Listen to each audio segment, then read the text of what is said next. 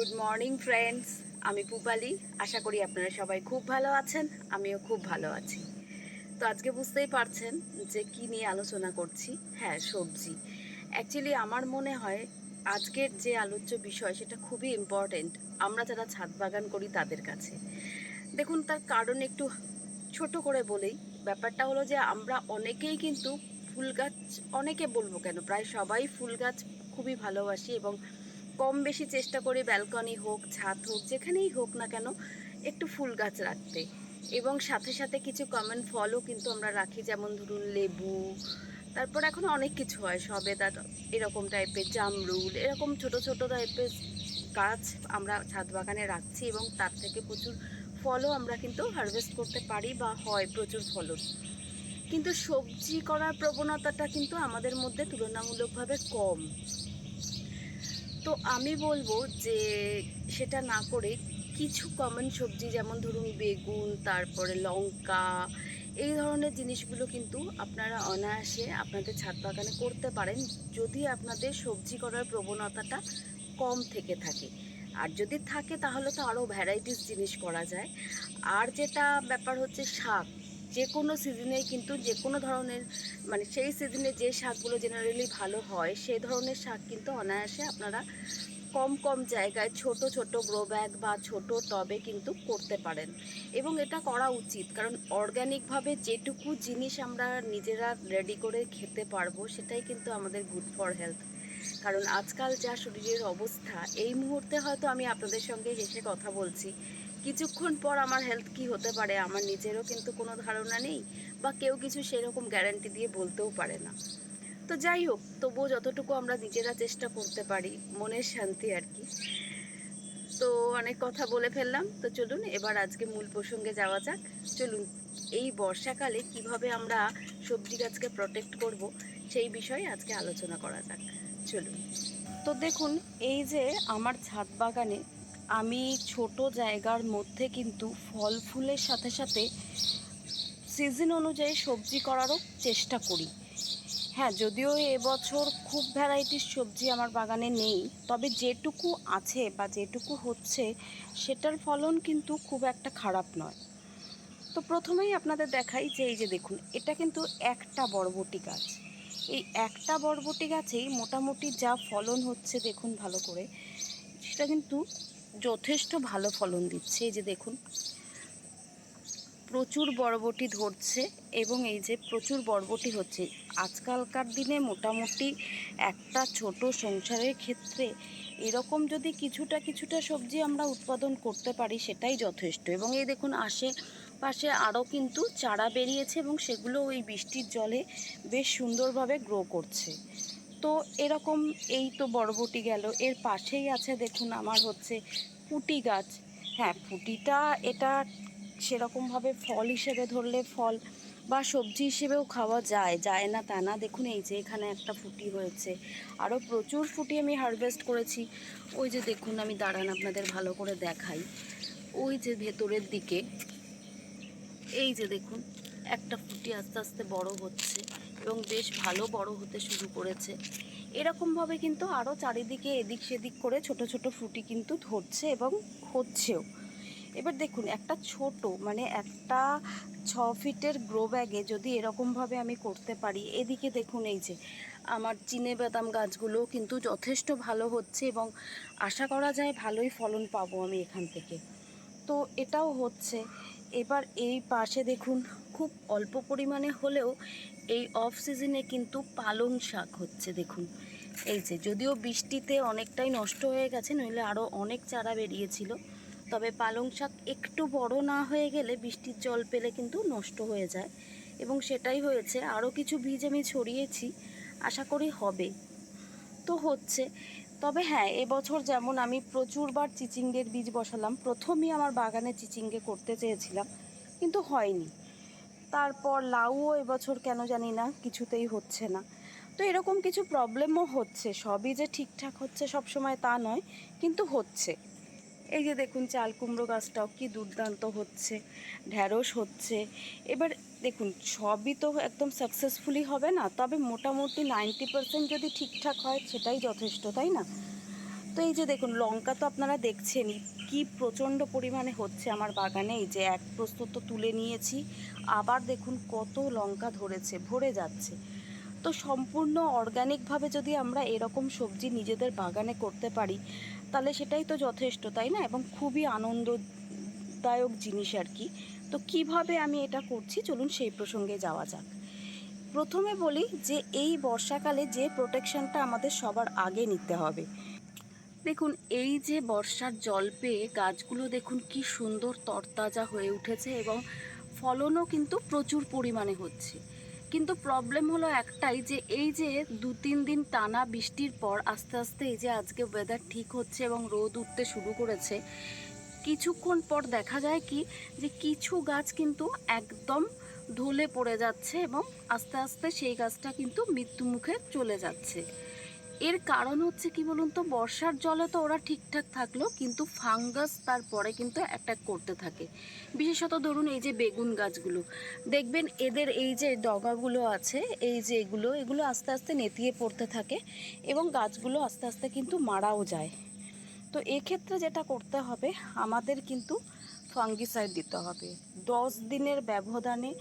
একদম সুন্দরভাবে বৃষ্টি হয়ে যাবার পর মোটামুটি একটা 10 দিনের গ্যাপ দেবেন। যদি বৃষ্টি চলাকালীন তার আগে দিয়ে থাকেন, তাহলে সেটা কাউন্ট করে নেবেন, 10 দিন পর দেবেন।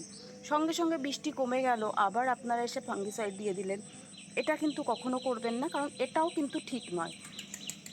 মোটামুটি একটা গ্যাপ দেবেন, মিনিমাম 10 দিন। যদি তার মধ্যে দেওয়া থাকে, একদম নিশ্চিন্ত থাকুন, বর্ষা হলেও কোনো প্রবলেম নেই। তো সেটা হয়ে যাবার পর অবশ্যই 10 দিনের ব্যবধানে একটা ফাঙ্গিসাইড স্প্রে করবেন, যেটা আপনাদের হাতের কাছে থাকবে। আর আবারও আমি বলছি, যখনই ফাঙ্গিসাইড স্প্রে করবেন তখনই কিন্তু স্টিকার অ্যাড করে করবেন। তো এইভাবে যদি আপনারা এই সবজি গাছগুলোকে পুরো ফাঙ্গিসাইড দিয়ে ভালো করে স্প্রে করে দেন, তাহলে কিন্তু অনেকটা প্রোটেক্ট করা যাবে এই গাছগুলোকে এই বর্ষার হাত থেকে। এই যে দেখুন, এইটুকু জায়গায় পাট গাছ হয়েছে, যদিও 3-4টে পাট গাছ, কিন্তু দেখুন কি দুর্দান্ত হয়েছে। এই যে উপর থেকে আমি কিন্তু ডগাগুলো ভেঙে ভেঙে নিয়ে আবার খেয়েও নিয়েছি, আবার কত ব্রাঞ্চ বেরোচ্ছে দেখুন চারিদিক থেকে।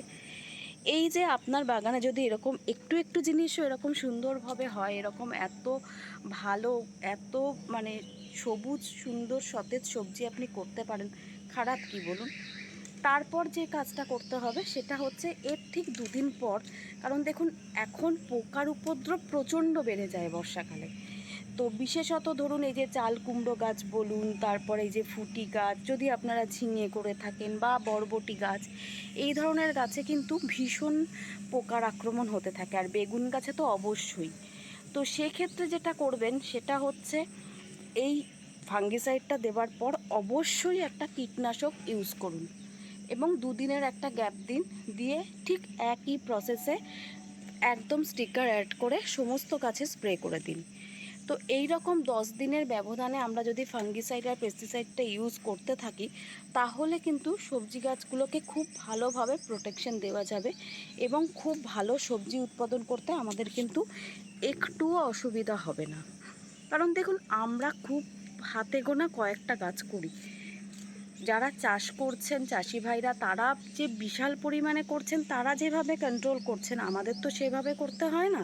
তো এই কয়েকটা হাতে গোনা গাছকে আমরা যদি একটু নজরে রাখতে পারি, তাহলেই কিন্তু যথেষ্ট সেই গাছগুলোকে হেলদি রাখার এবং তার থেকে প্রচুর পরিমাণে সবজি উৎপাদন করার। তো এইভাবে আমরা করতে পারি। এবার দেখুন, যে প্রবলেমটা হয় সেটা হচ্ছে, এই যে আমরা তো খুব কম জায়গার মধ্যে এই গাছপালাগুলো করছি। তো এই গাছপালাগুলোতে যেটা প্রবলেম হয়, বৃষ্টি হলে কি হয়, অনেক সময় এই যে গোড়ার শিকড়টা বেরিয়ে, মানে মাটিগুলো ধুয়ে গিয়ে একদম যে ফিডার রুটগুলো, দেখুন এই যে ওই বেগুন গাছটায় ফিডার রুটগুলো বেরিয়ে গেছে, কিন্তু এদিকে পেঁপে গাছটা ঠিক আছে। তো এক্ষেত্রে যেটা করতে হবে, যে বেগুন গাছ তো এমনিতেই প্রচণ্ড খাবার ভালোবাসে, তো সেক্ষেত্রে সেটা একটা বড় ব্যাপার। আর একটা যেটা ব্যাপার, যে কোনো গাছের ক্ষেত্রেই বর্ষাকালে তো সেভাবে আমরা খাবার দিচ্ছি না। তো এক্ষেত্রে যেটা করব সেটা হচ্ছে, যে কোনো একটা কম্পোস্ট নিয়ে নিন।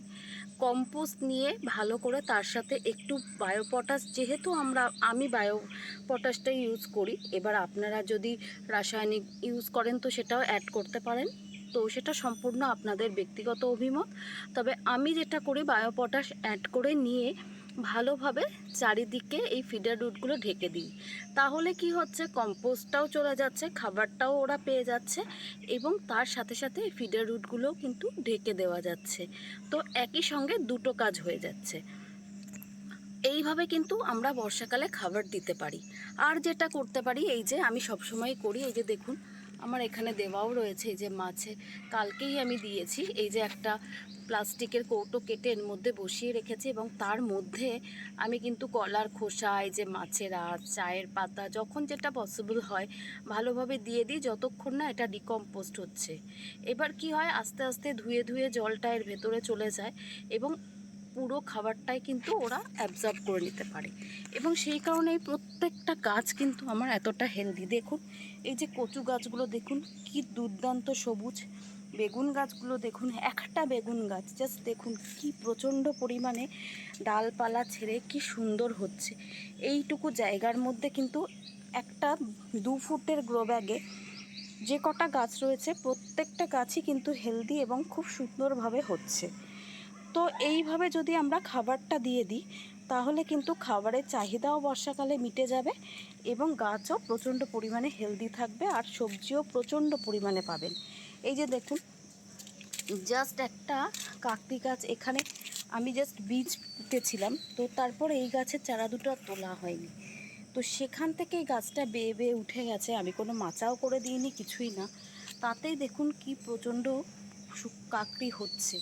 এখানে হয়েছে, আরও এদিকে হয়েছে, হয়তো সবটা আপনাদের ক্যামেরায়, এই যে দেখুন এখানে হচ্ছে, ওইদিকে নিচে ঝুলে আছে কিছু কাকড়ি, প্রচুর হারভেস্টও করেছি আমি এখান থেকে। তো এইভাবেই হয়, সব সময় যে ওদের উপযুক্ত মাচা বা উপযুক্ত জায়গা দিতে হবে তা কিন্তু নয়, ওরা নিজেরাই কিন্তু আপনি যেভাবে রাখবেন সেভাবেই আস্তে আস্তে কোঅপারেট করে আপনার সাথে থাকবে।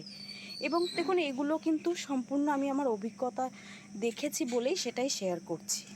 কারণ সব সময় প্রচুর সুন্দর করে মাচা দেওয়া বা এটা ওটা সুন্দর করে করে তারপর সেখানে বসানো, একদিকে শাক একদিকে অন্য কিছু, এরকমভাবে আমি কিন্তু করি না। তাই যেখানে যেটা পসিবল হয় করি। এবং দেখুন প্রত্যেকটা জিনিসই কম বেশি আমাদের ছাদ বাগানে বা আমাদের নিজেদের ঘরের খাবার জন্য কিন্তু যথেষ্ট ভালোভাবেই হচ্ছে।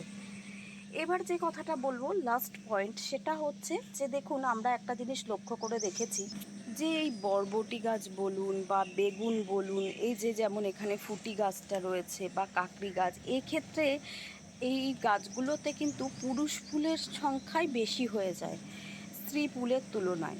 তো সেক্ষেত্রে গাছে বেশি পরিমাণে স্ত্রী ফুল আনতে গেলে যেটা আপনাদের করতে হবে, সেটা আমি যেটা করি আমার বাগানের ক্ষেত্রে, আমি বুস্টার 2টা ইউজ করি। মোটামুটি গাছ লাগানোর পর 1 মাসের মধ্যে, মানে 10 দিনের ব্যবধানে যদি বুস্টার 2টা 1 ফোঁটা 1 লিটার জলে, 1 ফোঁটার 1 ফোঁটাও বেশি না কিন্তু, 1 ফোঁটা 1 লিটার জলের সাথে একটু স্টিকার অ্যাড করে যদি স্প্রে করে দেন পড়ন্ত বিকেলে সমস্ত গাছগুলোতে, তাহলেই দেখবেন যে আস্তে আস্তে স্ত্রী ফুলের পরিমাণ কিন্তু বাড়তে শুরু করবে।